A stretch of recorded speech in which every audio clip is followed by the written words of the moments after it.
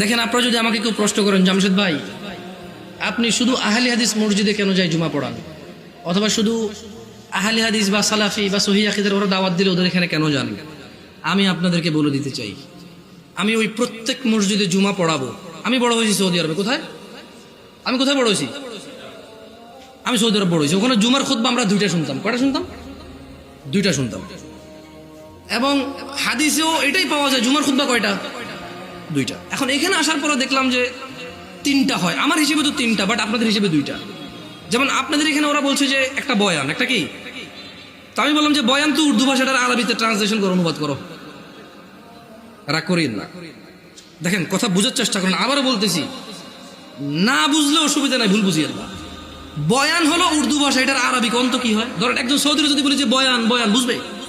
এটা কুয়েতি, এটা ইরাকি, এটা ফিলিস্তিনি, এটা সুরি, এটা এটা এটা এটা ইমারাতি, এটা উম্মানি, ওদেরকে যদি বলে যে বয়ান, বুঝবে? বলতে হবে কালাম আরবি, কালাম আরবি। ও বলবে যে আরবি কো, আরবি কো। তা আরবিতে বয়ানের আরবিটা কি? হ্যাঁ, খুতবা। আমিও তো তাই বলি, তিনটা খুতবা দেন। মানে আপনি যদি এখন আমারে বুঝান এইটা লাউ এটা কদু, জামশেদ ভাই দুইটা দুইটা, আমি বলবো যে না ভাই, এটা লাউ এটা কদু জিনিস একটা। আমি বলবো এটা পেন এটা কলম, এরকম না, এটাই পেন এটাই কলম। বুঝেন নাই? আমি এভাবে মানবো না। আমি হয়তো ইসলাম নিয়ে অনেক গবেষণা করতে পারিনি, হয়তো অনেক সুশিক্ষিত হতে পারি, কিন্তু ভাষা বুঝি। উর্দু ভাষা আমি বুঝি, আরবি ভাষা বুঝি, বাংলা ভাষা বুঝি।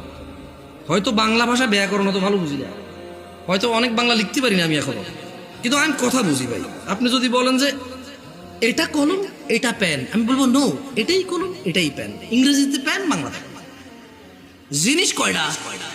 ভাষা কয়টা? ভাষা পাঁচটা হইলো, জিনিস কয়টা? আমিও কই বয়ান মানি, এটা আরবিতে ট্রান্সলেশন করলে খুব হবে। ভুল বুঝিয়ে না, আবারও বলতেছি শোনেন।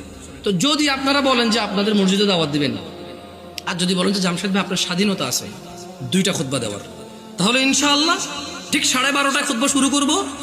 ইন্নাল হামদালিল্লাহি নাহমাদুহু ওয়া নাস্তাঈনুহু ওয়া নাস্তাহদি, শুরু করব আল্লাহর প্রশংসা দিয়ে। একটা আরবি আয়াত পড়ব, ওই আয়াতের অর্থ করব। একটা আরবি হাদিস পড়ব, ওই হাদিসের বাংলা ইনস্ট্যান্টই করব। এভাবে আধা ঘন্টা 1 ঘন্টা যা আল্লাহ তৌফিক দিয়ে কথা বলে বসবো, বসে আবার উঠবো, আবার আরবিতে যেটা বলবো ওটার বাংলা অনুবাদ করে খুতবা শেষ করে দুইটা খুতবা দিয়ে নামাজ ফিরে সালাম ফিরে ফেলবো। আপনি মনে করেন না যে আমি খালি অমুকে দাওয়াত দিলে যাই আর অন্য কেউ দাওয়াত দিলে যাবো না। এখন আমারও তো একটা নিরাপত্তার ব্যাপার আছে না? ধরেন আমি এই গল্পগুলো আসলে চলে আসে। তা আমি যখন প্রথম বাংলাদেশ থেকে সৌদি আরব থেকে আসছি, বিয়ে শাদী করছি, তো আমার শ্বশুর চিটাগাং একটা কেন্দ্রীয় মসজিদের ইমাম, তিনি আল্লাহ ওনাকে